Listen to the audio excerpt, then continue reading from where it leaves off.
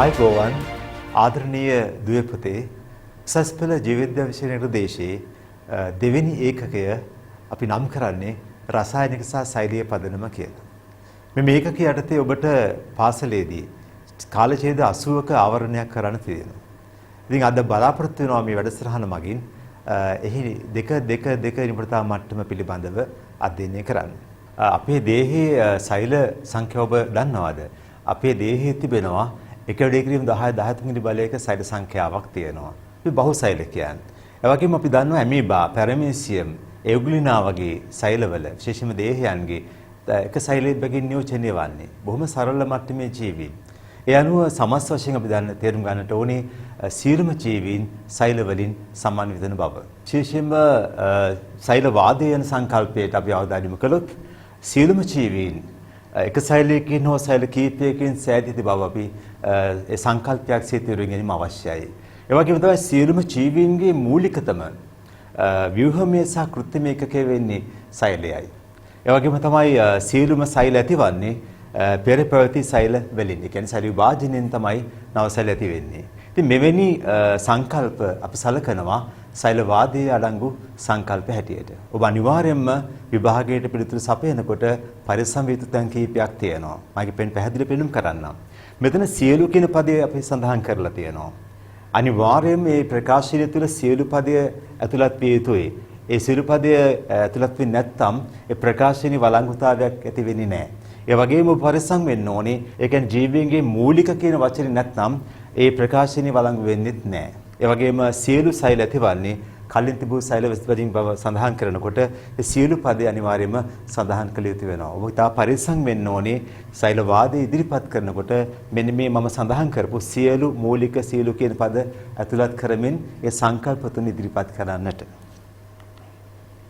ඊටම වැදගත් නාමයක් රොබර්ට් හුක් වශයෙන් නම් කරන්න පුළුවන් සරල අන්වීක්ෂයක් භාවිතයෙන් වල්කපටකයක් පරීක්ෂා කරමින් ඒ ජීව ඒකක හඳුන්වා දීම සඳහා සෙල් නැමැති පදය ප්‍රථමයෙන් යොදාගත්තේ රොබර්ට් හුක් විසින්. එතුමාට අවශ්‍ය වුණා වල්කපටකයක් ජලය මත පාවෙන්නේ කොහොමද කියලා පරීක්ෂා කරන්න. එතෙන්දී එතුමා කළේ දෙකමක්ද? එතෙන්දී කළේ තුනී ඡේදයක් අරගෙන අන්වීක්ෂයෙන් පරීක්ෂා කළා. බැලුවම තේරුම් ගත්තා ඒ තුනී කියන්නේ ඡේදය තුල හිස් අවකාශ රාශියක් තියෙනවා. හිස් අවකාශවල වාතය තියෙනවා. ඒ නිසා පාවෙන බව මගින් තේරුම් ගත්තා. ඒ අනුව ප්‍රශ්නයක් මතුවුණා ඒ හිස් අවකාශ කොහොමද නම් කරන්න කියලා. පසුව එතුමා භෞතික විද්‍යාඥයෙකුට හා සම්බන්ධ භෞතික විද්‍යාවේ අවබෝධයක් තිබුණ නිසා සෙල් නැමැති පදය යොදාගත්තා කියලා අපි හඳුනගෙන තියෙන්නේ. ඒ අනුව විශේෂයෙන්ම අපි සෛල විද්‍යාවේ පියා ලෙස ගෞරව කරන්නේ රොබර්ට් හුක් වෙන විද්‍යාඥයට. ඒ වගේම ඇන්ටන් වැන් ලීවන් හුක් තවත් මේ සෛල වාදය සම්බන්ධයෙන් වගේම මේ සොයා ගැනීම සම්බන්ධයෙන් වැදගත් වෙන පුද්ගලයෙක්. ඒ වගේම ඇන්ටන් වැන් ලීවන් ජනප්‍රියලා තිබෙන හොලන්දේ විශේෂයෙන්ම මේ රිදිපිලිවෙලින් දෙක හැටියටත් ඒ වගේම ඒ එව්ග්ලිනා ඒ වගේම බැක්ටීරියා පිළිබඳව ඒ සෛල පිළිබඳව ප්‍රථම නිරීක්ෂණය කිරීමේ සහ වාර්තා කිරීමේ ගෞරවය දිනාගන්නේ ඇන්ටන් වැන් ලීවන් හුක්. ඒ අනුව ශුද්ධ ජීව විද්‍යාවේ පියා වශයෙන් උත් එතුමාව සලකලා තියෙනවා. ඉතින් බලමු අපි මතයස් රයිඩන් පිළිබඳව. මෙතුමන් ජර්මන් ජාතික විද්‍යාඥයෙක් විශේෂම උද්භිද විද්‍යාඥයෙක් ශාක පටක අධ්‍යයනය කර සියලුම ශාක සෛල වලින් සෑදී තිබෙන බව නිගමනය කළේ මතයස් රයිඩන් විසින්. ඒ වගේමයි තියඩෝ ෂ්වාන් එතුමන් සත්ත්ව විද්‍යාඥයෙක් සත්ත්ව පටක සෛල වලින් සෑදී තිබෙන බව නිගමනය කළා. රුසියානු ජාතික විද්‍යාඥයෙක් රොඩොෆ් වර්ෂෝව් වශයෙන් අපි නම් කරන්න පුළුවන්. එතුමන් සියලු සෛල ඇතිවන්නේ කලින් තිබූ සෛල විභාජනය වෙන බව තමයි පෙන්වා දුන්නේ. ඉතින් අපි තේරුම් ගන්න තියෙනවා සෛල වාදයට මේ මෙතුමන්ලාගේ අදහස් වැදගත් වුණා කියලා. ඒ අනුව වැදගත් සෛල වාදයක් බිහි වෙලා තිබෙනවා. අපි ගෞරවය පුද කරනවා ඒ විද්‍යාඥයන් වෙනුවෙන්. සියලුම සෛලවල ප්‍රධාන පොදු ලක්ෂණ පොදු මූලික ලක්ෂණ අපිට හතරකට යන්න පුළුවන්. විශේෂයෙන්ම අපි දැනගන්න ඕනේ සෛලයක් නම් අනිවාර්යයෙන්ම සෛල පටලයකින් ආවරණය වී තිබිය යුතු බව. අනිවාර්යයෙන්ම සෑම සෛලයකම සෛල ආවරණයක් තිබිය යුතුයි. සෛල පටලයේ වශයෙන් තමයි සැලකන්නේ. ඒ වගේම සෛල පටලයෙන් ආවරණය වෙච්ච අවකාශය තුල සයිටෝසෝලේ නැමැති අර්ධ තරලමය ජලීමය ද්‍රව්‍යයක් තිබිය යුතු වෙනවා. ඒ වගේම තමයි ප්‍රවේශික ද්‍රව්‍ය ලෙස DNA පැවතීමත් අනිවාර්යයි. ඒ වගේම සියලුම සෛලවල රයිබෝසෝම තිබීම අනිවාර්යයි. ඉතින් අපි දැනගන්න ඕනේ සෛලයක් වශයෙන් අපි සලකනවා නම් මේ පොදු මූලික ලක්ෂණ තිබිය යුතු බව. අනිවාර්යයෙන්ම සෛල පටලයක් තිබිය යුතු වෙනවා. ඒ වගේම සෛල සෝලයක් තිබිය යුතු වෙනවා. ඒ වගේම ප්‍රවේශික පදාර්ථයේ වශයෙන් DNA තිබිය යුතු වෙනවා. ඒ වගේම අනිවාර්යයෙන්ම රයිබෝසෝම තිබිය යුතුයි. මොකද රයිබෝසෝම වලින් තමයි ප්‍රෝටීන් සංශ්ලේෂණය කරන්නේ. ඒ අනුව මේ පොදු ලක්ෂණ හතර පිළිබඳව අපට අවබෝධය තිබිය යුතු වෙනවා. ඔබට ඉතාමත් පැහැදිලිව දකින්න සලස්වලා තියෙනවා ප්‍රාග්නේසික සෛලයක් හා සම්බන්ධව රූප රාමුවක් ඒ බැක්ටීරියා සෛලයක් පෙන්වලා තියෙනවා. ඒ වගේම ශූන්‍යස්තික සෛලයක් සම්බන්ධයෙන් ශාක සෛලයක් පෙන්වුම් කරලා තියෙනවා. ඔබ දැනගත යුතුයි සෛල සංවිධානයන් පිළිබඳව. සෛල සංවිධාන දෙකක් පිළිබඳව දැනගත යුතුයි. එක සෛල සංවිධානය අපි නම් කරන්නේ ප්‍රාග්නේසික සෛල සංවිධානය කියලා. ඒ අදාළ වෙනවා බැක්ටීරියාවන් ඒ වගේම සයන බැක්ටීරියාවන්. මොකද ප්‍රාග්නේය සෛල සංවිධානය තුළ සංවිධානයේ වෙච්ච ඒ වගේම පටල වලින් ආවරණය වූ න්‍යෂ්ටියක් නැහැ. ඒ වගේම තමයි පටල වලින් ආවරණය වූ ඉන්ද්‍රියක කිසිවක් නැහැ. කුඩා සෛල සැකිල්ලක් නිරූපණය වන්නේත් නැහැ. නමුත් ශූන්‍ය සෛල එහෙමද? ශූන්‍යසික සෛල සංවිධානයේදී අපි දකිනවා පැහැදිලි වශයෙන්ම සංවිධානයේ වෙච්ච පටල වලින් ආවරණය වෙච්ච න්‍යෂ්ටියක්. ඒ වගේම තමයි පටල වලින් වඩවිච්ච ඉන්ද්‍රියකා පැහැදිලිව පේනවා. ඒ වගේම තමයි විශේෂ සංකීර්ණ තත්වයක් සාපේක්ෂව සංකීර්ණ බවක් නිරූපණය වෙනවා. සෛල සැකිල්ලක් එමත් නිරූපණය වෙනවා. ඒ අනුව ප්‍රධාන වශයෙන්ම ඔබ දැනගත යුතුයි සෛල සංවිධානයන් දෙකක් පවතින බව. එකක් ප්‍රාඥික සෛල සංවිධානය අනිත් එක නම් කරන්නේ අපි ශූන්‍යසික සෛල සංවිධානය වශයෙන්. ඒ සමග තව දෙයක් ඔබට සඳහන් කරන්න අවශ්‍ය වෙන ආරම්භයේදීම ශූන්‍යසික සෛල සංවිධානය නිරූපණය වෙනවා ප්‍රධාන වශයෙන් ශාක සෛලවල සහ සත්ව සෛලවල. ඔබ දැනගත යුතුයි මේ ශාක සෛල සහ සත්ව සෛලයන්ගේ පවතින මූලික වෙනස්කම් කීපයක් පිළිබඳව. දැන් මේ රූපයේ පෙන්වන පරිදි පේන පැහැදිලි වෙනවා විශාල මධ්‍යරික්තයක් තියෙනවා ශාක සෛලවල. ඒ වගේම හඩතලවත් පෙන්눔 කරලා තියෙනවා. ඒ වගේම ඔබ දැනගත යුතුයි ශූන්‍යසික සත්ව සෛලවල මේ ආකාරයේ මධ්‍යරික්තයක් පවතින්නේත් නැහැ. ඒ වගේම හඩතලව නිරූපණය වන්නේත් නැහැ. සෛල බිත්තියක් පැහැදිලිව නිරූපණය වෙනවා ශූන්‍යසික මේ ශාක සෛලවල. නමුත් සෛල බිත්තියක් නිරූපණය වන්නේ නැහැ සත්ව සෛලවල. ඔබ දන්නවද ශාක සෛල නැති සත්ව සෛලවල නියෝජනය වන ව්‍යුහයක් පිළිබඳව? ඒ තමයි කේන්ද්‍රිකා. කේන්ද්‍රිකා නිරූපණය වෙන්නේ විශේෂයෙන්ම සත්ව සෛලවලයි. දැන් අපි බලමු පැහැදිලිව ප්‍රාග්නේෂ්ඨික සහ ශූන්‍යස්තික ඒ සෛල සංවිධානයන් අතර තියෙන වෙනස්කම් පිළිබඳව. ඔබට පැහැදිලි වෙනවා පරිණාමික සම්භවයක් ගැන. වසර බිලියන 3.5කට පමණ පෙරදී තමයි ප්‍රාග්නේය සෛල සංවිධානය ඇති වුණා කියලා සැලකෙන. ප්‍රාග්නේෂ්ඨිකයන් බිහි වුණේ සම්භවය වුණේ වසර බිලියන 3.5කට පෙර ආකාරයෙන් තමයි සැලකන්නේ. ඒ කියන්නේ වසර බිලියන 3.5කට පෙර සකස් වුණා කියලායි අපි සැලකන්නේ ප්‍රාග්නේෂ්ඨිකයන්. ඒ වගේම ශූන්‍යස්තිකයන්ට ඊට මෑතකදී වසර බිලියන 1.8කට පෙර සම්භව වුණා කියලා සැලකෙන්නේ. ඒ අනුව අපි උදාහරණ වශයෙන් ගත්තොත් ප්‍රාග්නේෂ්ඨිකයන්ට උදාහරණ වශයෙන් බැක්ටීරියාවන් සයන බැක්ටීරියා ගන්න පුළුවන්. ඒ වගේම ශූන්‍යස්තිකට උදාහරණ හැටියට ශාක සතුන් ඒ වගේ ප්‍රෝටිස්ටාවන් දිලීර සලකන්න පුළුවන්. ඉතින් විභාජනයේ පැත්තෙන් බැලුවොත් ප්‍රාග්නේෂ්ඨිකයන්ට තියෙන්නේ සරල විභාජන ක්‍රම. අර උණන අනුන විභාජන කියන්නේ ක්‍රමවත් සෛල විභාජන නිරූපණය වෙන්නේ නැහැ. නමුත් ශූන්‍යස්තික සෛල තුල උණන සානුන විභාජන හොඳින් ක්‍රියාත්මක වෙනවා. ක්‍රමවත් සෛල විභාජන ක්‍රියාත්මක වෙනවා. ඒ වගේම ඒකසෛලික ස්වභාවය සෛලාකාරයේ ඒකසෛලිකයි ප්‍රාග්නේෂ්ඨිකයන්ගේ ශූන්‍යස්තිකයන්ගේ බහුසෛලික. ඒ වගේම ඒකසෛලික තත්ත්ව නිරූපණය වෙනවා. ඒ ආකාර දෙකම නිරූපණය වෙනවා ශූන්‍යස්තිකයන්ගේ. ඒ වගේ ප්‍රමාණය ගැන සඳහන් කළ යුතුයි. මේකේ සඳහන් වෙන පරිදි ප්‍රමාණය ප්‍රාග්නේෂ්ඨිකයන්ගේ දල ප්‍රමාණය මයික්‍රෝමීටර් 1.5 අතර තමයි පෙන්වුම් කරලා තියෙන්නේ. මේක 0.5 සිට 5 දක්වා උනත් කමක් නැහැ යොදාගත්තට. මොකද කුඩා බැක්ටීරියාවන් නිරූපණය වෙනවා. 0.5 සිට 5 දක්වා මයික්‍රෝමීටර් වුණත් ප්‍රශ්නයක් නැහැ. ඒක සලකුවට ප්‍රශ්නයක් වෙන්නේ නැහැ. ඒ දෙකටම අපිට බාර ගන්න පුළුවන් නිවැරදි තත්ත්වයක් යටතේ. ඒ වගේ ශූන්‍යස්තික පරාසය බැලුවොත් මයික්‍රෝමීටර් 10 සිට 100 මයික්‍රෝමීටර් පරාසය අදාළ වෙනවා පොදු වශයෙන් සැලකුවොත්. සෛල බිත්තිය විශේෂයෙන්ම සඳහන් කළ යුතුයි. සෛල බිත්තිය පෙප්ටිඩෝග්ලයිකෑන් වලින් තමයි ප්‍රාග්න්‍යාස්ටික සකස් වෙලා තිබෙන්නේ. ඒ වගේම ශූන්‍යාස්ටික විශේෂම ශාක සෛලවල සෛල බිත්තියේ නියෝජනය වෙනවා සෙලියුලෝස් මූලිකත්වයෙන්. ඒ වගේම පෙක්ටින්, ඒ වගේම හෙමිසෙලුලෝස් නිරූපණය වෙනවා. ප්‍රධාන සංඝටකය වෙන්නේ සෙලියුලෝස්. කශිකා පිළිබඳව සලකා බැලුවොත් ප්‍රාග්න්‍යාස්ටිකයන්ගෙන් සමහරුන්ට තමයි කශිකා තියෙන්නේ. ඒ කශිකාවන් සරලයි. විස්කම්භය ගත්තොත් 20යි නැනෝමීටර් වගේ කුඩා විස්කම්භයක් තමයි දරන්නේ. හැබැයි දැනගන්න ඕනේ පටල වලින් වට වෙලා නැහැ ඒ කශිකාව. ප්‍රෝටීන කෙඳිත්තක් හෝ දෙකකින් තමයි නිරූපණය වෙන්නේ. ඒ වගේම ශූන්‍යාස්ටිකයන්ගේ කශිකා ගත්තොත් සංකීර්ණ සංවිධානයක් නිරූපණය වෙනවා. පටල වලින් ආවරණලා තිබෙනවා. ශුද්ධ නාලිකාව වලින් තමයි සෑදිලා තියෙන්නේ. ඒ වගේ විස්කම්භය 200යි නැනෝමීටර් තරමට විශාලත්වයක් පෙන්වන්න කරනවා. ප්‍රවේණික පදාර්ථයේ වශයෙන් ගත්තොත් වලයාකාර DNA තමයි නියෝජනය වෙන්නේ ප්‍රාග්න්‍යාස්ටිකයන්ගේ ප්‍රවේණික ද්‍රව්‍ය ලෙස. සාමාන්‍ය බැක්ටීරියා සෛලයක අපි E. coli බැක්ටීරියා සෛලය ගත්තොත් ඒ E. coli බැක්ටීරියා සෛලේ වලයාකාර DNA අණුවක ජාන 3500ක් පමණ නිරූපණය වෙනවා අඩු සංඛ්‍යාවක් එක. නමුත් ශූන්‍යාස්ටිකයන්ගේ ප්‍රවේණික ද්‍රව්‍ය සකස් වෙලා තියෙන්නේ රේඛීය DNA හැටියට විශේෂයෙන්ම හිස්ටෝන් ප්‍රෝටීන සමග සම්බන්ධ වෙලා තමයි ශූන්‍යාස්ටික වර්ණ දේහය සකස් වෙලා තිබෙන්නේ. විශාල ජාන සංඛ්‍යාවක් නිරූපණය වෙනවා එවැනි වර්ණ දේහවල. ඒ වගේම තමයි වැදගත්ම ලක්ෂණය වෙන්නේ ප්‍රාග්න්‍යාස්ටික සෛල සංවිධානය තුළ පටලමය වලින් වටවෙච්ච ඉන්ද්‍රියකා නැහැ. ඒ වගේම ශූන්‍යාස්ටික සෛල තුළ පටලමින් වටවෙච්ච ඉන්ද්‍රියකාවන් නිරූපණය වෙනවා. ඉතින් ඔබට වැදගත් දෙයක් මා සඳහන් කළ යුතුයි මේ රයිබෝසෝම සම්බන්ධව.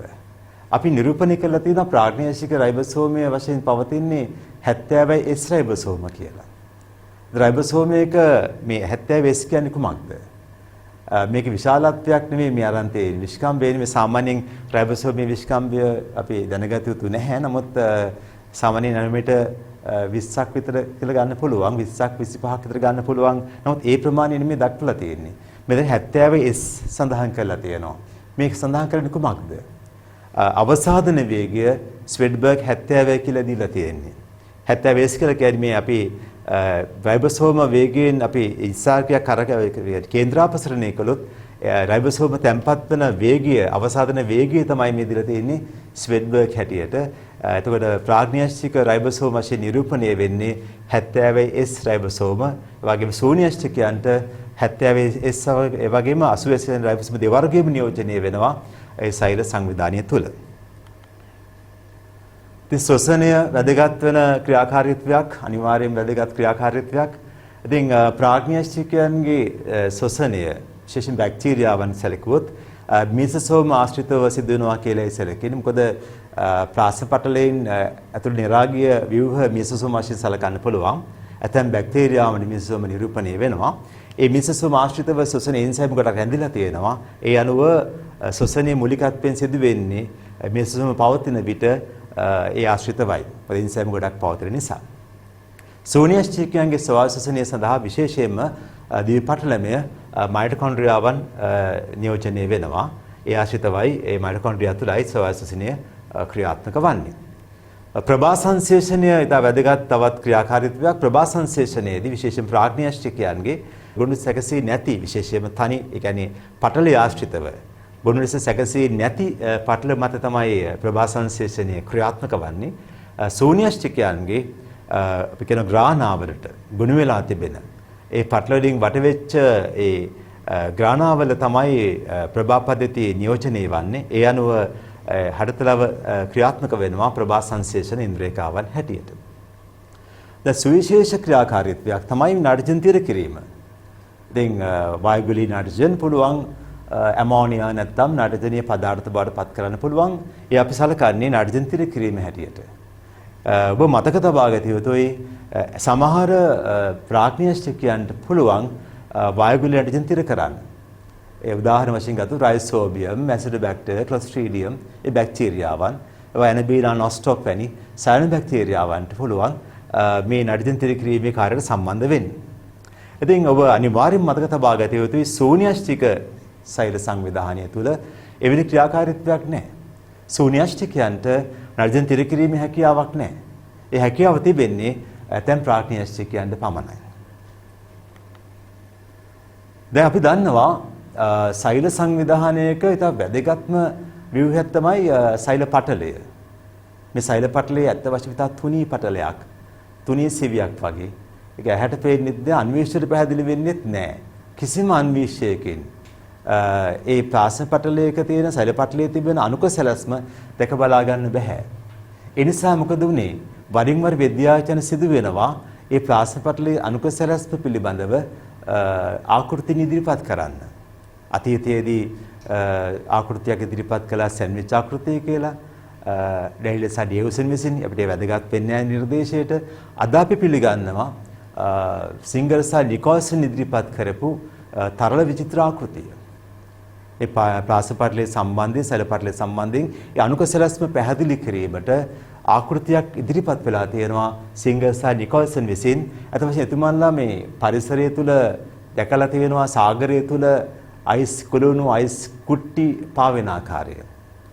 ඒ අනුව සාගරයකට සමාන කළ ෆොස්ෆරස් දිවිස්තරය අර අයිස් කුට්ටි සමාන කරලා තියෙනවා ප්‍රෝටීන ගෝලිකාවලට.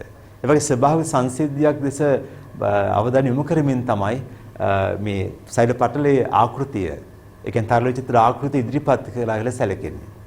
ඉතින් පිටත සීමාව වශයෙන් සෛල ප්ලාස්මී පිටත සීමාව වශයෙන් ප්‍රාස පටලයේ ක්‍රියාත්මක වෙනවා. ඒ වගේම ප්‍රධාන ලෙස ෆොස්ෆොලිපිඩ, ඒ වගේම කාබෝහයිඩ්‍රේට්ස් තියෙනවා, ඒ වගේම ප්‍රෝටීන තිබෙනවා මේ සෛල පටලයේ අඩංගු සංඝටක ලෙස. ප්‍රධාන සංඝටකය වෙන්නේ ෆොස්ෆොලිපිඩ අණු. ඒවා දිවිස්තරයක් වශයෙන් සකස් වෙලා තියෙනවා. ඒ ෆොස්ෆොලිපිඩ අණු ස්තර දෙකක් වශයෙන් සංවිධානය වෙනවා. අපි ඒක නරඹමු පැහැදිලිව. ෆොස්ෆොලිපිඩ අණුවක ඔබ දන්නවා මේ වෙනකොට හිස ප්‍රදේශයක් තියෙනවා, වලිග ප්‍රදේශයක් තියෙනවා. ඒ හිස ප්‍රදේශය ජලකාමී ස්වභාවයක් දක්වනවා. වලිග ප්‍රදේශයේ පෙනුම් කරන්නේ ජල බීතික ස්වභාවයක්.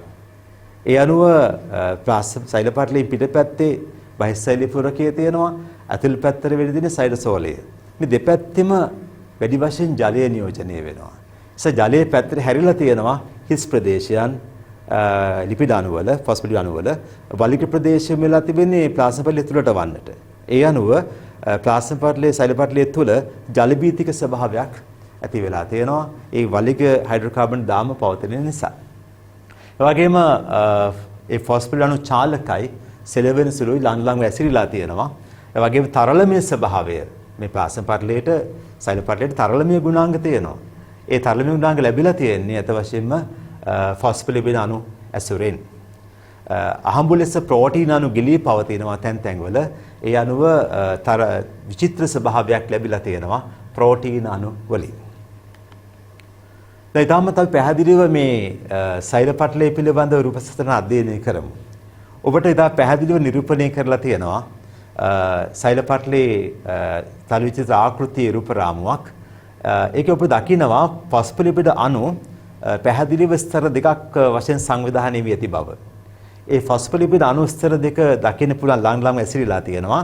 මේ හිස ප්‍රදේශ බාහිර පැත්තටත් වලිග ප්‍රදේශ ඇතුළටත් වෙන්න තමයි මේ ෆොස්ෆොලිපිඩ අණු සකස් වෙලා තිබෙන්නේ. ළඟ ඇසිරීලා තියෙනවා. ඒ වගේම තමයි අපි දකිනවා පැහැදිලිව ප්‍රෝටීන අණු. සමහර ප්‍රෝටීන අණු ස්තර දෙක හරහාම ගිලී පවතිනවා. ඒ වගේ සමහර ඒවා ගිලී පවතින අර්ධ වශයෙන්. ඒ අනුව මේ ෆොස්ෆොරිස් දිවිස්තරයේ ගිලී පවතින ප්‍රෝටීන අපි සලකන්නේ සම්පූර්ණක ප්‍රෝටීන වශයෙන් සලකන්න පුළුවන්. ඒ වගේම සමස්ත වශයෙන් මේ විදිහට ගිලී පවතින ප්‍රෝටීන සලකන්නේ තීරයක් පරල ප්‍රෝටීන වශයෙන් සලකන්න පුළුවන්. ඒ වගේම තවත් සමහර ප්‍රෝටීන ලිහිල්ව බැඳිලා තියෙනවා මෙන්න මේ ආකාරයට. ඒවා අපිට මෙයාකින් සලකන්න පුළුවන්. මේ විදිහටත් බැඳෙන ප්‍රෝටීන තිබෙනවා. අපි ඒත් වශයෙන්ම ඒ ප්‍රෝටීන ගැන සලකා බැලීම අවශ්‍යයි. එවැනි ප්‍රෝටීන සමහරට ක්‍රියාත්මක වෙනවා. මේ ලිහිල්ල බැඳී ඇති ප්‍රෝටීන ක්‍රියාත්මක වෙනවා එන්සයිම් හැටියටත් ක්‍රියාත්මක වෙන බව හොයාගෙන තිබෙනවා. ඒ අනුව පරිරන්ත ප්‍රෝටීන තිබෙනවා. ඒ වගේම තීර පටල ප්‍රෝටීන තිබෙනවා. ඒ වගේම සමස්ත වශයෙන් ගිලී ඇති ප්‍රෝටීන සලකන්නේ අපි සම්පූර්ණක ප්‍රෝටීන හැටියටයි. ඔබ දකින්නවද මේ ආකාරයෙන් කහපාට අණු වගයක්. පේනවා නේද කහපාටින් අණු වගයක් තැන් වල තිබෙනවා. ඒ අපි හඳුනගන්නේ කොලෙස්ටරෝල් අණු කියලා. කොලෙස්ටරෝල් අණු තැන් තැන් වල තිබෙනවා විශේෂයෙන්ම සත්ව සෛල පටලේ. ඔබ මතක තබා ගත යුතුයි විශේෂයෙන්ම සත්ව සෛල පටලවල නියෝජනය වෙනවා අතරින් අතර නියෝජනය වෙනවා කොලෙස්ටරෝල් අණු කීපයක්. එමගින් කිසියම් ආකාරයකට දෘঢ় බවක් ලැබෙනවා. ඒ වගේම සන්ධාරණයක් ලැබෙනවා මේ පටලයට. ඒ වගේම තරලෙම ගුණාංග ආරක්ෂා වීමකුත් සිදු වෙනවා. ඔබ දකිනවා කොළ පාටින් ශාකනය වෙච්ච අණු වර්ගයක් තියෙනවා. මේ කොළ පාටින් ශාකනය වෙලා තිබෙන්නේ කාබෝහයිඩ්‍රේට් අණු. ඒවා සම්බන්ධ වෙලා තියෙනවා ෆොස්ෆොලිපිඩත් එක්ක. ඒ අණුව මේ එකතුව අපි සලකන්නේ ග්ලයිකොලිපිඩ අණුවක් කියලා. මේ ශාකනය වෙච්ච කාබෝහයිඩ්‍රේට් අණුව සම්බන්ධ වෙනවා මෙන්න මේ ෆොස්ෆොලිපිඩ අණුවේ සමග සම්බන්ධ වෙනාම අපි සමස්තය සලකන්නේ ග්ලයිකොලිපිඩ අණුවක් කියලා. මෙතන ඔබ දකිනවා මේ ප්‍රෝටීන් අණුවක් සමග කාබෝහයිඩ්‍රේට් අණුවක් සම්බන්ධ වෙලා තියෙනවා. ඒ අණු මේකට අපි සලකන්නේ ග්ලයිකෝ ප්‍රෝටීන කියලා කියනවා. නම් මේක ග්ලයිකෝ ප්‍රෝටීනයක් මේක ග්ලයිකොලිපිඩයක් වශයෙන් සලකන්න පුළුවන්. අනිවාර්යයෙන්ම ඔබ දැනගන්න ඕනේ බාහිර පැත්තට වෙන්න තමයි මේ ආකාරයෙන් මේ ග්ලයිකොලිපිඩ සහ ග්ලයිකෝ ප්‍රෝටීන අණු නියෝජනය වන්නේ. මේවා ක්‍රියාත්මක වෙනවා බාහිර ගැන සංවේදන ග්‍රහණය කරන ඇන්ටනා වශයෙන් තමයි මේවා ක්‍රියාත්මක වෙන්නේ. ඒ වගේම ඔබ දකිනවා පැහැදිලි වශයෙන්ම දැන් දිවිස්තරයේ පැහැදිලි ෆොස්ෆොරිස් දිවිස්තරය දකින්න පුළුවන්. ෆොස්ෆොරිස් දිවිස්තරයක් පේනවා. ඒ වගේ පිටපැත්තට වෙන්න ග්ලයිකොලිපිඩ තියෙනවා, ග්ලයිකෝප්‍රෝටීන් අණු තිබෙනවා. අතරින් පතර තියෙනවා කොලෙස්ටරෝල් අණු. ඉතින් මේ විදිහට තමයි සමස්ත වශයෙන් මේ ප්ලාස්ම පටලයේ මේ තරල විචිත්‍ර ආකෘතිය පිළිබඳව අපි අවධානය යොමු කරන්නට ඕනේ. තීර්ය පටල ප්‍රෝටීන පටලය තුළින් සම්පූර්ණ විනිවිද යාමක් පෙන්වීම කරන ප්‍රෝටීන අණු. ඒ වගේම පටලය තුළ ගිලී පවතිනවා නම් අපි කියනවා සම්පූරක ප්‍රෝටීන කියලා. මම නැවත මතක් කිරීමක් කරන්නේ මේ ප්‍රෝටීන් සමග කෙටි ශාකනය වෙච්ච කාබෝහයිඩ්‍රේට් දාම සම්බන්ධ වෙලා තිබෙනකොට ඒ ග්ලයිකෝප්‍රෝටීන් වශයෙන් සලකන්න පුළුවන්. ඒ වගේම පටලයේ ඇතුළත පෘෂ්ඨයට ලිහිල්ව බැඳී ඇති ප්‍රෝටීන සලකන්නේ පර්යන්ත ප්‍රෝටීන හැටියටයි. මම කලින් සඳහන් කළා පර්යන්ත ප්‍රෝටීන ඇතැම් විට ක්‍රියාත්මක වෙනවා එන්සයිම ලෙස පටල එන්සයිම ලෙස ක්‍රියා කිරීමේ හැකියාවක් විශේෂයෙන් පර්යන්ත ප්‍රෝටීන වලට හැකියාව තිබෙනවා. මේ රූපසටහන ගැන මා සඳහන් කිරීම වැදගත්. මොකද ඔබට විභාගයේදී මේ තරල විචිත්‍ර ආකෘතිය ගැන ලියන්න ලැබුණොත් පිළිතුරක් සංවිධානය කිරීම අවස්ථාව ලැබුණොත් ඔබ පරිස්සම් වෙන්න ඕනේ නිවැරදි ඩයග්‍රෑම් එකක් ඉදිරිපත් කරන්න.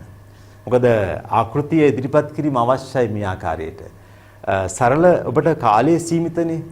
රචනා ප්‍රශ්න පත්‍රයක රචනා ප්‍රශ්න විනාඩි 30ක් ලැබෙනකොට ඊටාම කෙටි කාලයකින් ප්‍රශ්න පත්‍රයේ රූපරාමයක් අඳින්න අපට දක්ෂතාවය තියෙන්නට ඕනේ. එතෙන්දී මේ ආකාරයෙන් ෆොස්ෆොරිස් අණු පෙන්වන්න කරන්න පුළුවන්. ඒ වගේම ඒවා ලං ස්තර දෙකක් වශයෙන් පෙන්වන්න පුළුවන්. මේ ෆොස්ෆොලිපිඩ අණු. ඒ වගේම ප්‍රෝටීන් අණු මේ ආකාරයෙන් තීරපල් ප්‍රෝටීන් තිබෙනවා. ඒ වගේම අඩ වශයෙන් ග්ලූ ප්‍රෝටීන් දක්වන්න පුළුවන්. ඒ වගේම මෙතන පර්යන්ත ප්‍රෝටීන් දක්වලා තිබෙනවා. ඒ වගේම ග්ලයිකෝලිපිඩ අණු සහ ග්ලයිකෝප්‍රෝටීන් අණු සම්බන්ධ වෙලා ඒ වගේම කොලෙස්ටරෝල් අණුවක් අතරින් දාන්න පුළුවන්. සත්ව සෛල පටලයක නම් දාන්න පුළුවන්. ඒ විදිහට නමුත් පොදු සැලැස්මට අවශ්‍ය වෙන්නේ නැහැ. ඉතින් මේ විදිහට අපිට රූපේ ඉදිරිපත් කරන්න පුළුවන්.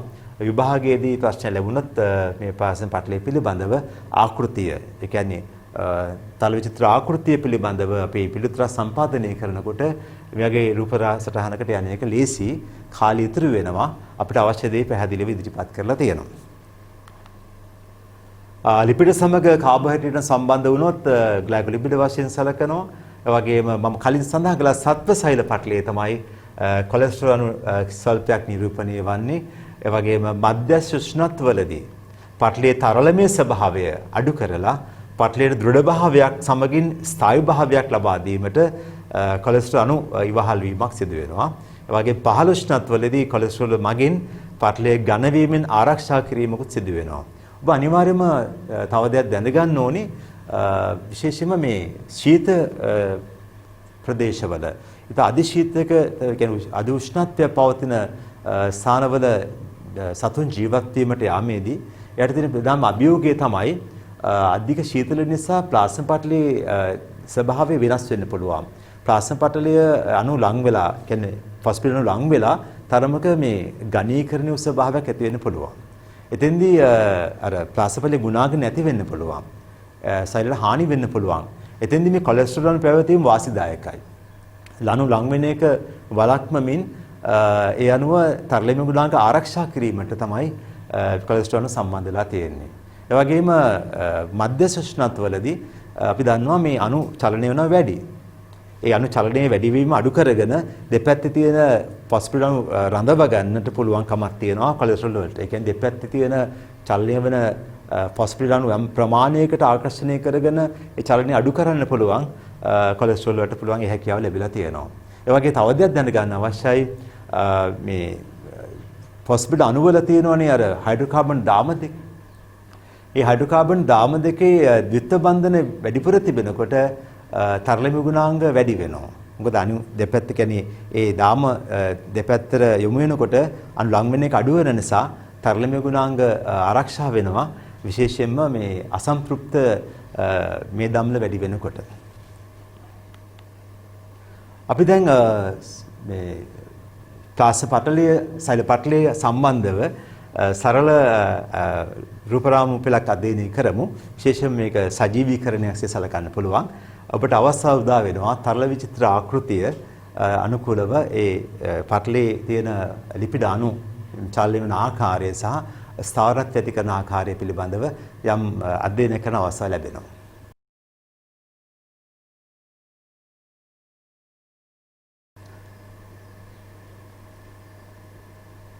මේ ආකාරයෙන් පටලයට පීඩනයක් එල්ල වෙනකොට නැවත ලිපිඩ අණු මුල් තත්වයට එන ආකාරය සකස් වන ආකාරය තමයි මේ සජීවීකරණයෙන් පැහැදිලි වෙන්නේ. මේ තියෙන හිස ප්‍රදේශයේ වලිග ප්‍රදේශ පැහැදිලිව තිබෙනවා. අතරින් පතර කොලෙස්ටරෝල් තිබෙන ආකාරයත් පැහැදිලි වෙලා තිබෙනවා. හොඳයි අපි දැන් බලමු වැදගත් වෙන ඊළඟ මාතෘකාව සෛල පටලයේ කෘත්‍යයන්. සෛල පටලයේ කෘත්‍යයන් සමූහයක් අපිට දක්වන්න පුළුවන් මේ ආකාරයට. ජීවි සෛලවල සෛල ප්ලාස්මය වට කරන එවැගේම අන්තර්සෛලීය සංඝටක බහිස්සෛලීය පරිසරයෙන් භෞතික වෙන් කරවන්නට සෛල පටලයට හැකියාවක් ලැබිලා තියෙනවා. ඒ වගේම තමයි වර්ණීය පාරගම්‍යතාවය පෙන්වීම කරමින් ද්‍රව්‍ය තෝරා බේරා ලබා ගන්නට හැකියාව ලැබිලා තියෙනවා. ඒ වගේම ඒ කියන්නේ අවශ්‍ය ද්‍රව්‍ය හෝමාරු කර ගැනීමේ හැකියාව ලැබිලා තිබෙන්නේ ප්ලාස්ම පටලය ඇසුරෙන්. ඒ වගේම ගිලී පවතින ප්‍රෝටීන සෛල හඳුනා ගැනීමට, යාබත් සෛල හඳුනා ගැනීමට, ඒ වගේම එකිනෙක අතර සංනිවේදනය කර ගැනීමටත් දායකත්වය ලබා දෙනවා. විශිෂ්ට ජෛව රසායනික ද්‍රව්‍ය සමග අන්තර්ක්‍රියා කිරීමේ හැකියාව ප්‍රෝටීන් වලට තියෙනවා. ඒ වගේ සෛල හැඩය පවත්වා ගැනීම සඳහා යම් දායකත්වයක් ලබා දෙනවා ප්ලාස්ම පටලයේ සෛල පටලයේ මගින්. මම කලින් සඳහන් කළා ඇතැම් පටල ප්‍රෝටීන එන්සයිම් ලෙස ක්‍රියා කරන බව. දැන් ඔබට වැදගත් මාතෘකාවක් පෙන්වුම් කරලා තියෙනවා උපසෛලීය සංඝටක. උපසෛලීය සංඝටක ඔබ දැනගත යුතුයි මේ තියෙන ආකාරයට ගත්තොත් 12ක් දැනගත යුතු වෙනවා. උපසෛලීය සංඝටක. උපසෛලීය සංඝටක යටතේ න්‍යෂ්ටිය, හරිත ලවය, මයිටොකොන්ඩ්‍රියා, රයිබෝසෝම, අන්තප්ලාස්මීය ජාලිකාව, ගොල්ගි උපකරණය, එවැගේම ලයිසෝසෝම, මධ්‍ය රිත්තකය, පෙරොක්සෝසෝම, සෛලීය සැකිල්ල, පාක්ෂම සහ කශිකා, කේන්ද්‍රිකා සඳහන් කරලා තියෙනවා.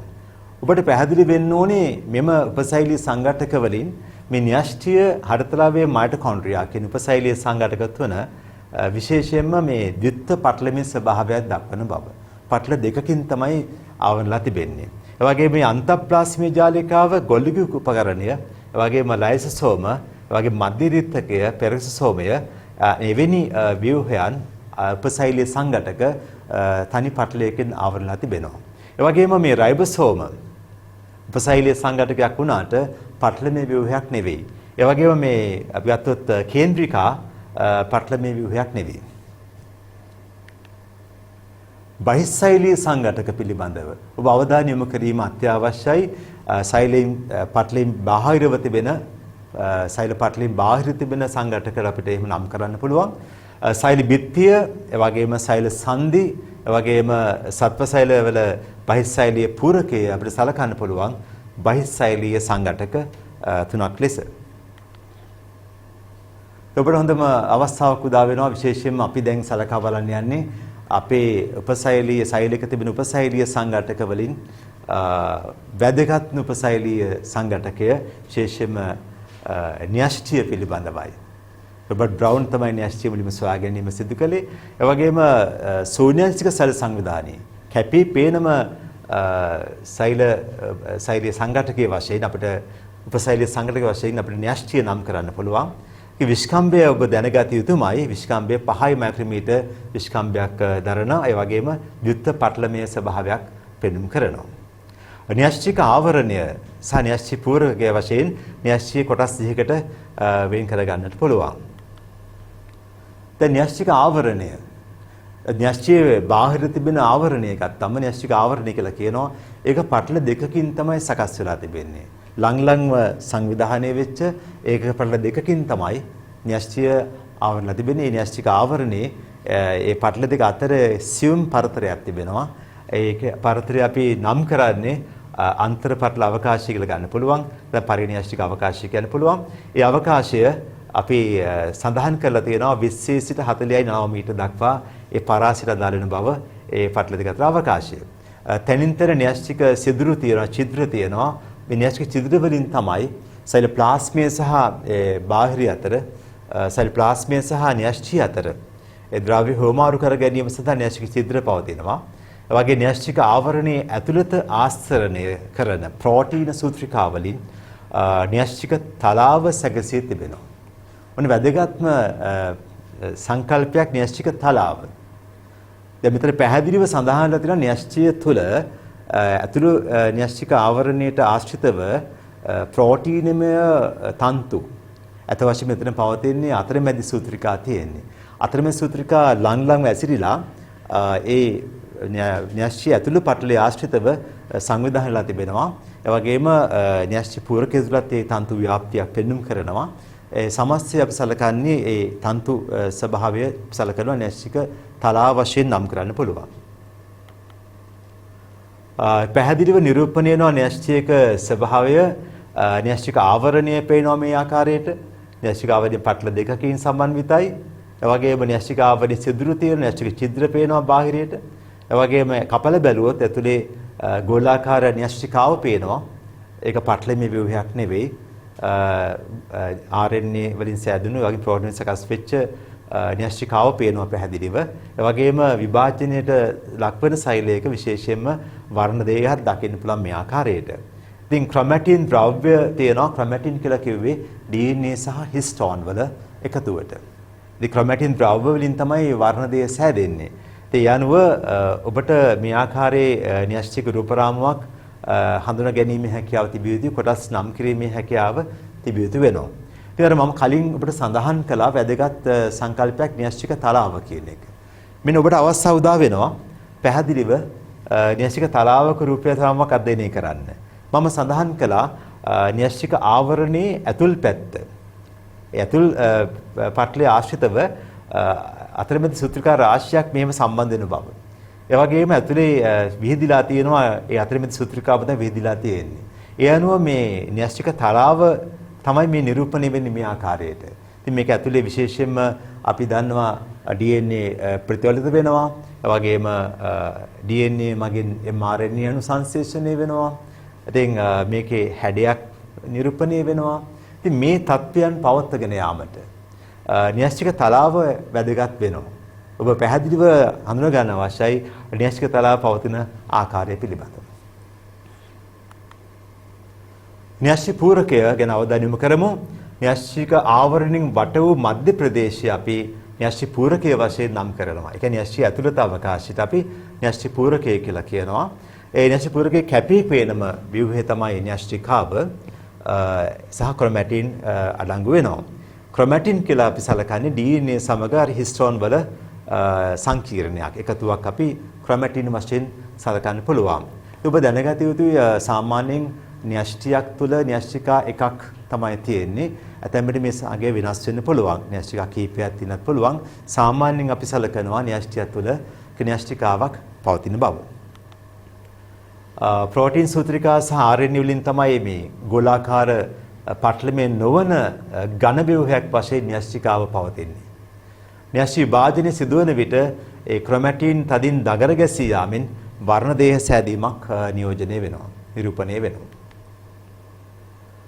න්‍යෂ්ටි කෘත්‍යයන් ගැන අපි අවධානය යොමු කරමු. තව වැදගත් ඉන්ද්‍රියකාව, වැදගත්ම උපශෛලී සංගතක අපි න්‍යෂ්ටිය සලකනවා. ඉතින් න්‍යෂ්ටිය මගින් සමස්ත ක්‍රියාවලිය පාලනය කරනවා සෛලය තුළ. සමස්තය පාලනය කරන්නේ න්‍යෂ්ටිය මගින්. ඒ වගේම සැලි භාජනයේදී නව න්‍යෂ්ටි නිපදවීමට DNA සංශ්ලේෂණය වෙන්නේ න්‍යෂ්ටිය තුළදී. ඒ විතරක් නෙවෙයි න්‍යෂ්ටිකාව මගින් රයිබෝසෝම උපේකක ඒ වගේම RNA රයිබෝසෝම RNA සංශ්ලේෂණය කරනවා. දැන් වැදගත් මේ රයිබෝසෝම උපේකක සංශ්ලේෂණය. mRNA සහ tRNA කියන්නේ සංශ්ලේෂණය වෙන්නේ න්‍යෂ්ටිය තුළදී. ප්‍රවේගික තොරතුරු ගබඩා කරමින් සහ සම්ප්‍රේෂණය කිරීමට න්‍යෂ්ටිය දායකත්වයක් ලබා දෙනවා. ඔබ යම් දෙයක් අමතර මාධ්‍ය සඳහන් කරන්න අවශ්‍යයි. සෛලෝෂ නිස්සාරකයක් වේගයෙන් කරකවනකොට කේන්ද්‍රාපසරණය කරනකොට මුලින්ම අවසාදනය වෙන්නේ න්‍යෂ්ටිය. ඒ නලයේ පතුලේ මුලින්ම තැන්පත් වෙන්නේ න්‍යෂ්ටිය. ඒ ප්‍රථම න්‍යෂ්ටිය අවසාදනය වෙන්නේ. න්‍යෂ්ටියේ ඝනකම න්‍යෂ්ටියේ ඝනත්වයේ සාපේක්ෂව අධිකයි. ඒ අනුව ඉක්මනින්ම අවසාදනය තැන්පත් වෙන්නේ න්‍යෂ්ටිය. ඉතා වැදගත් උපසෛලීය සංඝටකයක් රයිබෝසෝම.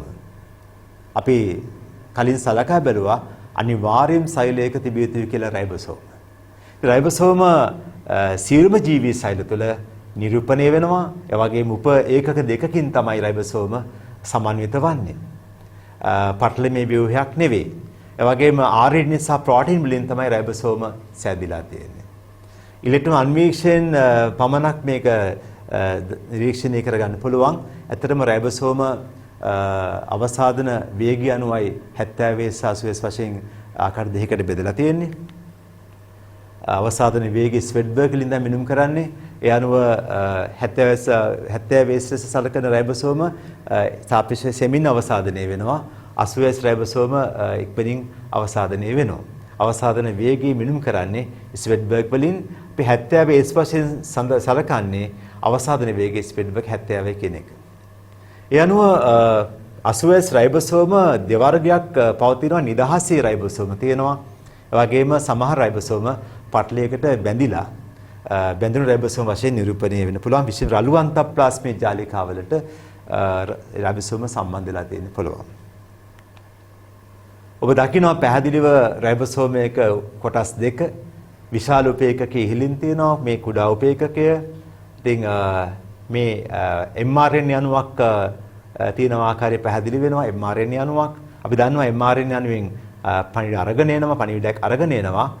සංශ්ලේෂණය කළ යුතු ප්‍රෝටීනය කුමක්ද කියන එක ඒ පණිවිඩය අරගෙන එන්නේ mRNA අණුවක්.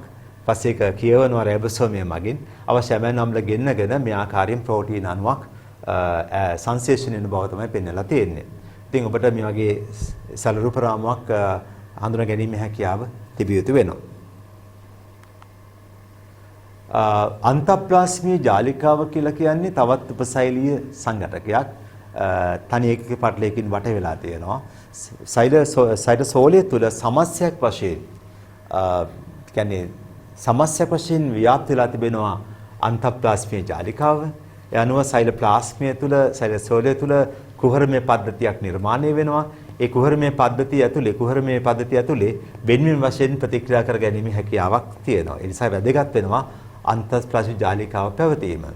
විශේෂ මේ ජාලිකාව පිටත න්‍යෂ්ටියේ පිටත ආවරණය සමගත් එවැනි ප්ලාස්මා පටලයටත් සම්බන්ධතාවයක් දක්වනවා. ආකාර දෙකක අන්තප්ලාස්මීය ජාලිකාවන් දක්වන්න පුළුවන්. ඇතැම් ජාලිකා පෘෂ්ඨය මත රයිබෝසෝම තැන්පත් වෙලා තියෙනවා. ඒ 80 රයිබෝසෝම තැන්පත් වෙලා තියෙන්නේ. අපි ඒවට සලකනවා රළු අන්තප්ලාස්මීය ජාලිකා කියලා කියනවා. ඒ වගේම සමහර අන්තප්ලාස්මීය ජාලිකා පෘෂ්ඨය මත රයිබෝසෝම නැහැ. ඒවා සිනිඳු අන්තප්ලාස්මීය ජාලිකා වශයෙන් නම් කරන්න පුළුවන්.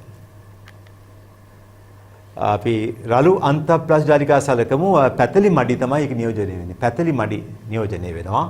ඒ වගේම මේ පැතලි මඩි මත තමයි රයිබෝසෝම බැඳිලා තියෙන්නේ. ඒ වගේ රයිබෝසෝම නිපදවන ප්‍රෝටීන රළු අන්තප්ලාස්මීය ජාලිකා කුහරය වෙත ගමන් කිරීමක් සිදු වෙනවා. ඔබ ඊටාත්ම පැහැදිලිව මේ රූපසරහන අධ්‍යයනය කිරීම අවශ්‍ය වෙනවා. ඔබට මෙතන න්‍යෂ්ටිය පේනවා. මෙතන න්‍යෂ්ටිය පේනවා. ඒ න්‍යෂ්ටියේ පිටත ආවරණය සමග මෙන්න මේ අන්තප්ලාස්මීය ජාලිකාව සම්බන්ධ වෙලා තියෙනවා. ඔබට පේනද රයිබෝසෝම තිබෙනවා. මේ රයිබෝසෝම තමයි මේ පොඩි තිත් වශයෙන් පෙනෙන්නේ. ඒ රයිබෝසෝම සම්බන්ධ වෙලා තියෙනවා මේ ජාලිකාව සමග. මේ සලකන්නේ අපි රළු අන්තප්ලාස්මීය ජාලිකා වශයෙන් නම් කරන්න පුළුවන්. මේ තියෙන්නේ රයිබෝසෝම නැමැති සිනිඳු අන්තප්ලාස්මීය ජාලිකා කොටසක්. ඉතින් ඔබට අනිවාර්යයෙන්ම මේ කෘත්‍යයන් දැනගැනීම අත්‍යවශ්‍ය වෙනවා. රළු අන්තප්ලාස් ජාලිකා කෘත්‍යයන් ප්‍රෝටීන් පරිවහනය කිරීම, පරිවහනාශයකා නිපදවීම, ග්ලයිකෝප්‍රෝටීන සංශ්ලේෂණය කිරීම, ෆොස්ෆොලිපිඩ සහ කාබෝහයිඩ්‍රේට් මගින් පටල වර්ධනය පහසු කිරීම. එහෙම නැත්නම් මෙහෙමත් කියන්න පුළුවන් පටල කර්මාන්ත ශාලා වශයෙන් ක්‍රියාත්මක වෙන්නේ රළු ජාලිකාවම තමයි. ඉතින් ඔබ අනිවාර්යයෙන්ම මේ කෘත්‍යයන් ටික පටලව ගන්න නැතුව දැනගැනීම අවශ්‍යයි. මොකද සිනිඳු ජාලිකාවෙත් කෘත්‍යයන් 4ක් තියෙනවා. ඉතින් ළමයි සාමාන්‍යයෙන් මේ පටලව ගන්න හේතුවක් වෙනවා. මොකද කෘත්‍යයන් ටික එක වගේ නිසා. අපිට පටලව ගන්න එපා. ප්‍රෝටීන් පරිවහනයට අදාළ වෙනවා රළු ජාලිකා. ඒ වගේම පරිවහන ආශ්‍රිත අනිපදීම දෙපැත්තටම ඒ කියන්නේ රළු සහ සිනිඳු ජාලිකා දෙකටම මේක අදාළ වෙනවා. හැබැයි මේ පටල කර්මාන්ත ශාලා ඒ පටල කම්හල් වශයෙන් ක්‍රියාත්මක වෙන්නේ රළු අන්තප්ලාස්මික ජාලිකාව පමණයි. මේ ට්‍රාන්ස් SPM කියලා දාලා තියෙන්නේ අත වශයෙන්ම මේ මෙමෝ ටැග් එකක් ට්‍රාන්ස් කියලා කියන්නේ මේ ට්‍රාන්ස්පෝර්ට් කියන එක පරිවහනාශික පරිවහනයේ ප්‍රෝටීන් පරිවහනය කරනවා. ඒ වගේ S කියලා කියන්නේ සින්තෙසිස් කියන අකුරේ මුල අකුර. ඒ කියන්නේ මෙතන මේ ග්ලයිකෝප්‍රෝටීන් සංශ්ලේෂණය වෙනවා. ඒ වගේම මෙතන මේ P කියලා තියෙන්නේ ප්‍රොඩියුස් කරනවා කියන එකයි. විශේෂයෙන්ම මේ පරිවහනාශික නිපදවනවා. M කියන්නේ මෙම්බ්‍රේන් ෆැක්ටරි කියන එකයි. ඒ අනුව පටල කර්මාන්ත ශාලා වශයෙන් ක්‍රියා කරන බව මේ ට්‍රාන්ස් SPM කියන මෙමෝ ටැග් එකෙන් මතක තියාගන්න පුළුවන්. සිනිඳු අන්තප්ලාස්මික ජාලිකාව සලකා බලමු. විශේෂයෙන්ම රයිබෝසෝම නැමැති නාලිකාමය මඩි ජාලයක් ලෙස තමයි පවතින්නේ. ඒ අනුව පටලයට එන්සයිම් බැඳිලා තියෙන පුළුවන්. කෘත්‍යයන් වශයෙන් සැලකුවොත් විෂහරණය කිරීම. ඒ කියන්නේ විෂ ද්‍රව්‍ය වල තියෙන විෂගති නැති කරන්න පුළුවන්. ඒක බිඳහෙලන්න පුළුවන් ඒ සංයෝග. කැල්සියම් යන ගබඩා කිරීම විශේෂයි. මොකද සයිටෝසෝලිය තුළ කැල්සියම් ගබඩාවසේ ක්‍රියාත්මක වෙන්නේ සිනිඳු අන්තප්ලාස්මික ජාලිකාව. ඒ වගේම කාබෝහයිඩ්‍රේට් පරිවෘත්තිය සඳහා සහභාගී වෙනවා.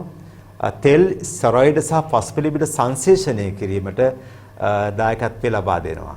ඔබ මතක තියාගන්න සිනිඳු අන්තප්ලාස්මික ජාලිකාවේදී ෆොස්ෆොලිපිඩ් සංශ්ලේෂණය වෙනවා.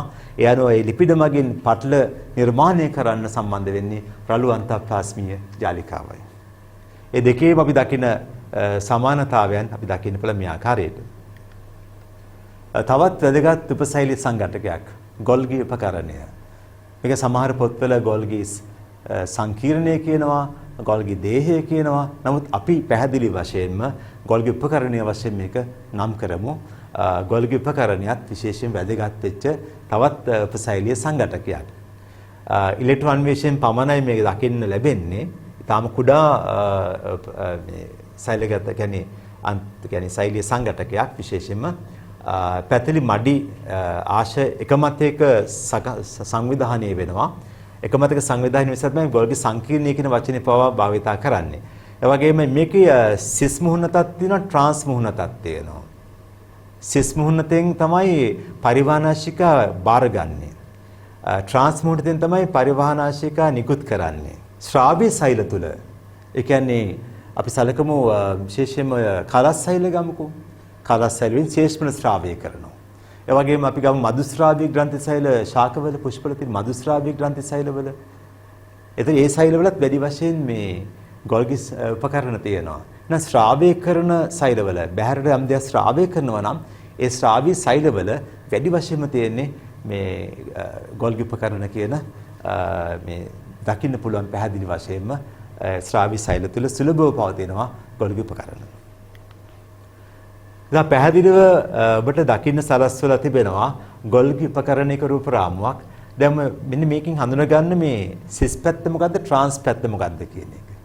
දැන් මේක ළමයි පටලව ගන්නවා. පරිවහන මෙතන ඉන්කමින් ට්‍රාන්ස්ෆර් වෙසිකල් කියන්නේ එකතු වෙන පරිවහන ආශිකා. පරිවහන ආශිකා මේ පැත්තෙන් එකතු වෙනවා නම් ඒ පැත්ත සිස් වශයෙන් සලකන්න පුළුවන්. මේ සිස් මුහුණත ඊට පස්සේ මෙතනින් ට්‍රාන්ස්පෝර්ට් හරහා තමයි පරිවහනාශිකා ඉවත් කරන්නේ. අංකුර හැදිලා පිට වෙලා යනවා. ඒ අනුව ට්‍රාන්ස් මුහුණතෙන් අංකුර සෑදෙමින් පරිවහනාශිකා නිකුත් වෙනවා.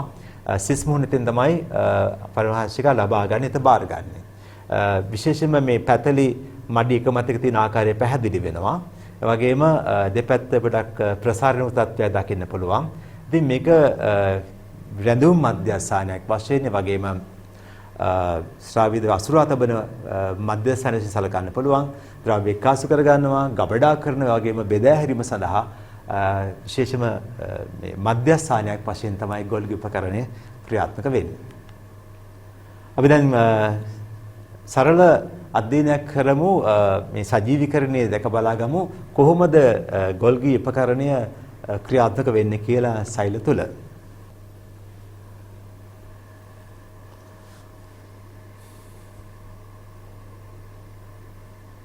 සිස් පැත්තෙන් පරිවාහනශය එකතු වෙනවා, ට්‍රාන්ස් පැත්තෙන් පරිවාහනශිකය නිකුත් වෙන ආකාරය තමයි අපි දකින්නේ.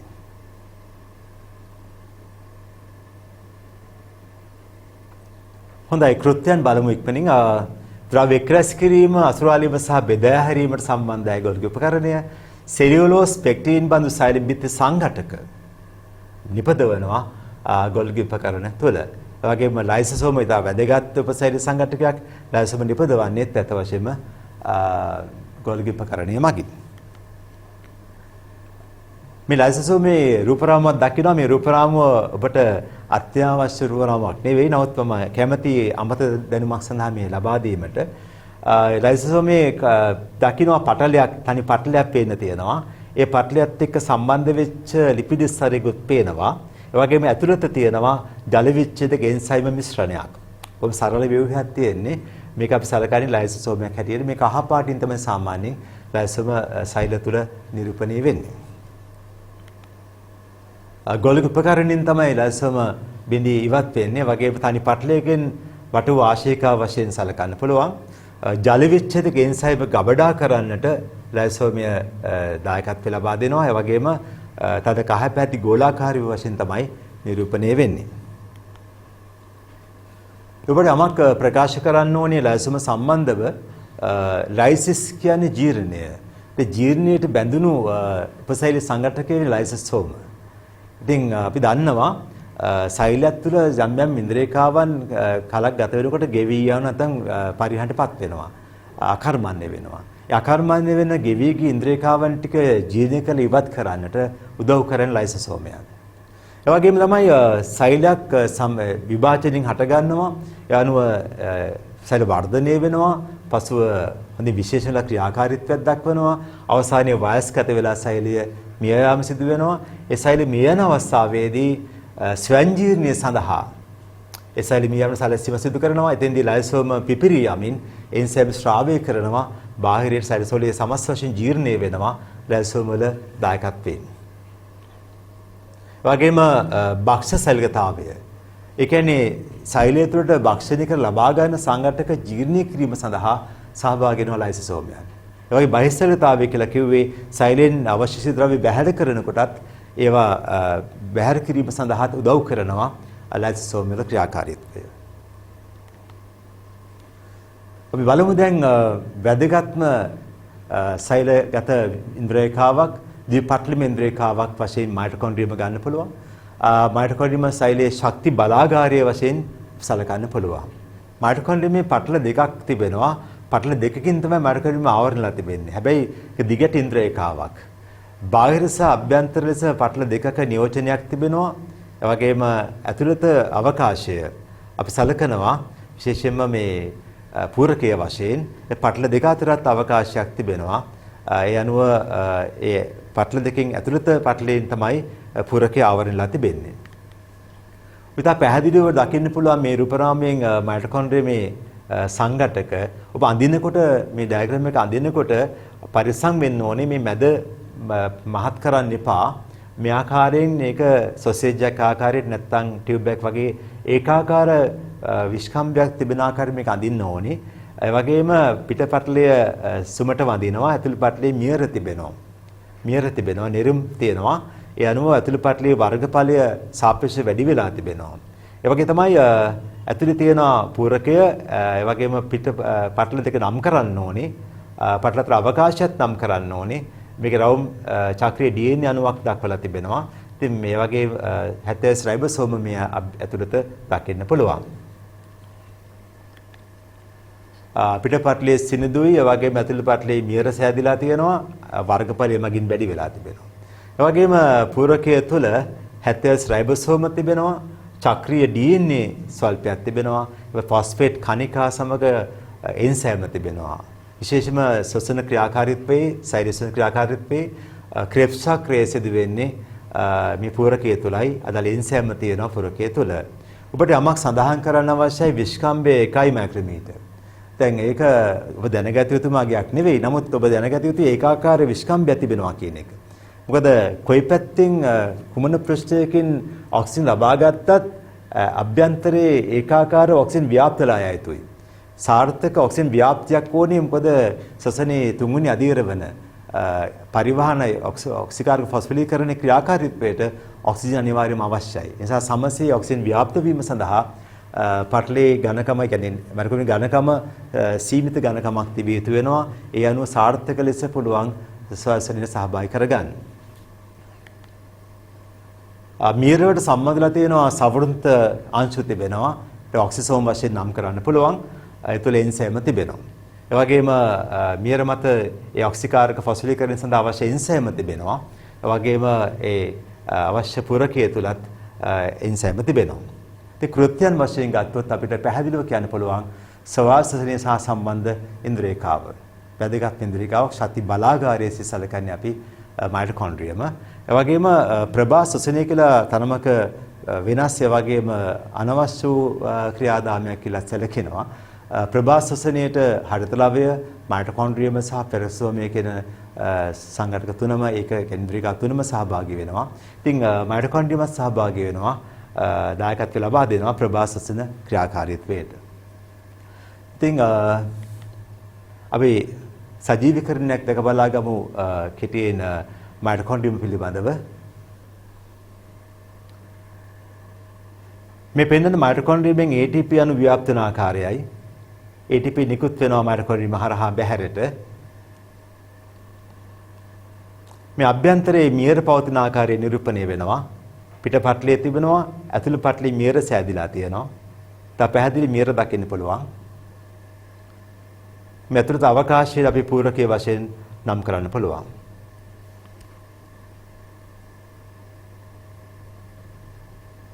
හොඳයි විශේෂයෙන්ම මයිටොකොන්ඩ්‍රියම් මම දැන් සඳහන් කළොත් අමතරව ශක්තිය බෙහෙවින් වැය කරන සෛලවල විශේෂ ශුක්‍රාණු සෛලවල ඒ වගේම කංකාල පේශි සෛලවල ගොඩක් මයිටොකොන්ඩ්‍රියා තියෙනවා.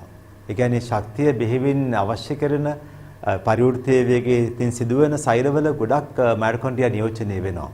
ඒ අනුව ඔබ දැනගත යුතුයි මේ ඉන්ද්‍රියකාවන්ගේ විශේෂයෙන්ම ව්‍යුහමය ලක්ෂණ වගේම කෘත්‍යයන් ඒ වගේ තව දෙයක් ඔබට මම යෝජනා කරනවා මේ ඉන්ද්‍රියකාවන්ගේ විශේෂයෙන්ම උපසැලි සංඝටකවල ඉලෙක්ට්‍රෝන අන්විශ ඡායාරූප එකතුවක් සාදා ගන්න.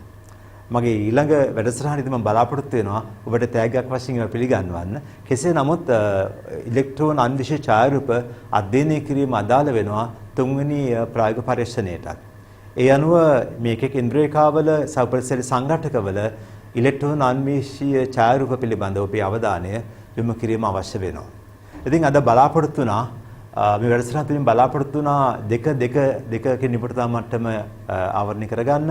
ඒ වගේම අපිට පුළුවන්කම ලැබෙනවා විශේෂයෙන්ම ලැබුණා ඉන්ද්‍රියකාවන් ගණනාවක් අධ්‍යයනය කරන්න.